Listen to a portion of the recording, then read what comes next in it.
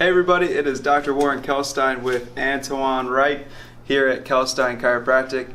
Thank you so much for joining us for episode 18 of the top 20 most common complaints and injuries with athletes. We are so grateful to have you here with us.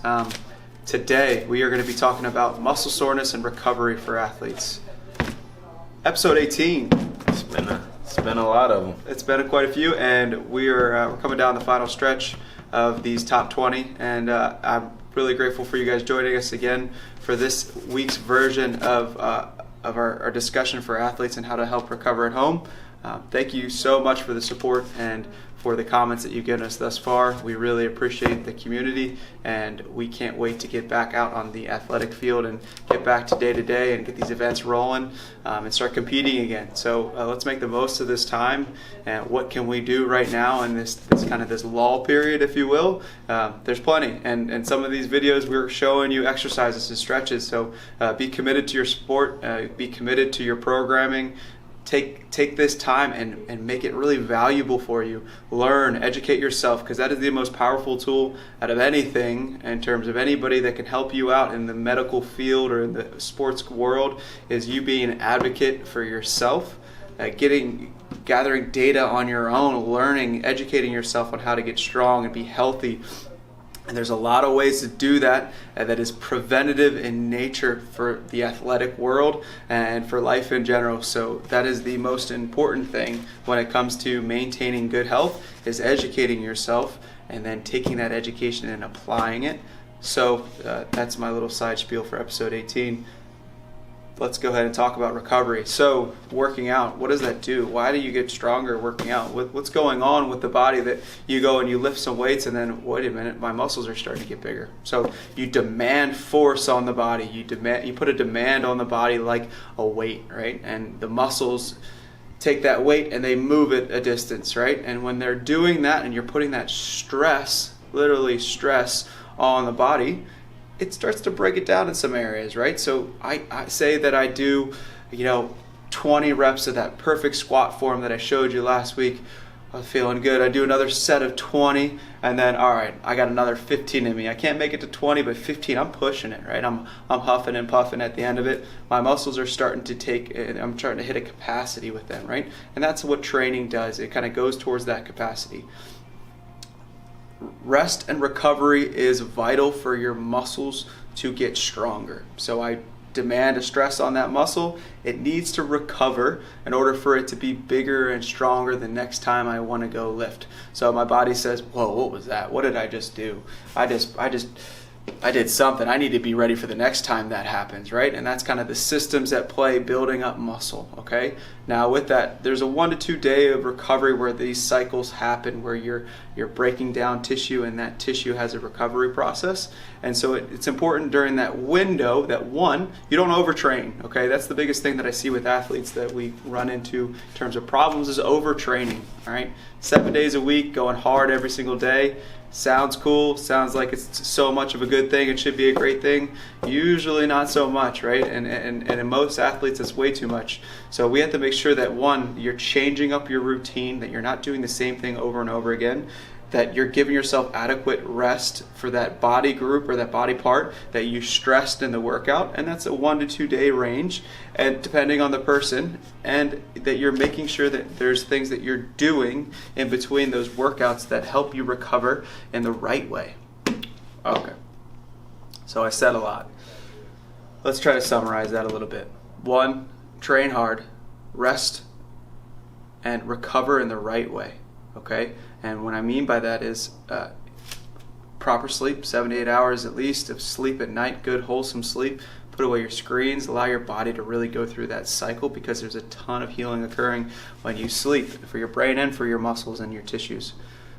Eat well, so get adequate protein from good, well-sourced protein sources, right? So organic foods, getting most of your proteins from your whole foods and your vegetables, and good, properly sourced meats and fish, like salmon. I love salmon. Okay, that's a great diet for someone recovering from a workout, right? And there's plenty of information in terms of how to get that recovery out there. So then, so proper nutrition, proper rest, and then adequate movement. Okay, now that's where Antoine's going to talk a little bit about what could I do. So I just had a killer workout yesterday, Antoine, and I actually really did. I'm feeling a little sore today. Say my legs are sore. It was more of a leg day for me. What could I do to help recover on a day like this? Should I go do another leg day? Would that help speed up my recovery? That would not speed up his recovery. How about if I did like 20 miles of running today? Would that be helpful for me? Like running like really far? No? No, that would. But it's a different workout? It's a different workout, but it would put an increased demand on that muscle and not give it that adequate time that it needs to recover and rebuild everything. So what you should... You want me to be smart about my recovery? I want you to be smart. I don't want you to strain anything. Okay, cool. I could do that. Does that mean I'll be stronger tomorrow if I do that? Or will I be weaker if I don't work out today? You will not be weaker if you work out. What you're doing is giving your muscles adequate time to recover and get their nutrition and get replenished so they can be ready for that next workout. So what I want you to do today, after doing all those legs in the last video, is take an ice bath. So what that's going to do is... I love ice baths. Relax that muscle. Not everyone loves ice baths, do they? No. They can be a little intense. When I first put my ankle in ice and had to do the ABCs for the high ankle sprain, not a good day. But now I'm accustomed to ice baths. Yeah. So I would recommend you to have an ice bath. Okay. Just kind of take a load off. If you do want to do some kind of stretching, you can do just stretch those muscle groups that you work, give some proprioception, and get some movement in those muscles. Another thing that you can do besides the ice bath, if you're a heat person, what you can do is put heat pads on that or any type of E-stim, just something to get that muscle to relax because you made it hypertrophy through your workout yesterday and all those squats we were doing. Because I'm still tight. So I'm just going to break down what he said a little bit because I think most people would follow you along. Maybe there's some words in there that are new. So you talk about one, ice bath. So when you get an ice bath, especially if you're going to be submerging your whole legs, right, or even a higher, you don't go above your heart, right? And it's cold enough where the first 3 to 4 minutes are a little uncomfortable, and then you should start to feel a little bit more at ease in that bath. You spend about 10 minutes. You get out. You can do contrast, or you go in for 10, get out, take warm up for the 10 minutes, and then get back in, and that's helpful too. A lot of athletes swear by that, and I love approaching muscle soreness that way. You don't have ice available to you, take a warm bath, especially like an Epsom salt bath, can be helpful too in that rest and recovery. It's all about these pressure gradients that you're moving fluid in and out. Mobility work, so you strained muscles, right? And they're strained and they need to recover, but the way that your muscle knows how to lay its foundation is through movement overall. So say if I worked out my biceps all day long, right, and I'm sore the next day and my biceps are a little tight, I'll be in this position. So doing some mobility work where I'm elongating those muscles. So think like yoga and stretching, right? Those are ways that you can elongate muscles and get that back to that resting tone that is healthy for that muscle to fire at full range, okay? So you broke down muscle, you need to build it back up by giving yourself rest, but you also need that recovery with elongation of tissue so that it can rest in the right state, okay? So good mobility work the following day after a heavy workout is really helpful too, okay? And then proprioception, what is that? It's just awareness in the body.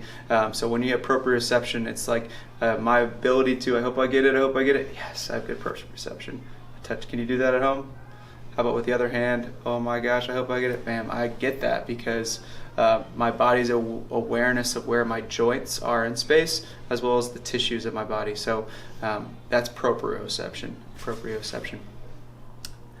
I believe that's what I wanted to cover with what you said. I think you said something towards the end, a muscle hypertrophy. That's just the building up a muscle. So hypertrophy is building up, atrophy is shrinking down. Okay, so as athletes, we want to have strong muscles. We want them to be have hypertrophy, and hypertrophy occurs due to working out.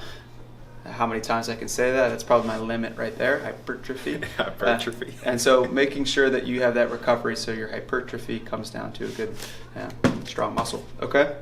Awesome. Thank you. I hope that was helpful for you. I am going to go stretch now because I worked out really hard yesterday. I'm going to go through mobility. I'm going to maybe foam roll a little bit. I'm going to do some yoga. I love yoga. It's a great way to get great mobility. And I would throw this out there just because from what my experience has been is that big, strong guys like Antoine, they don't like to do as much yoga. And yogis, they don't like to do as much lifting like Antoine does. And I would argue, and just my opinion, the balance is really important. It's key. So, Antoine, you should do a little bit more yoga. And yogis out there, you maybe should do a little bit more weight training. That might be helpful for you to find that balance.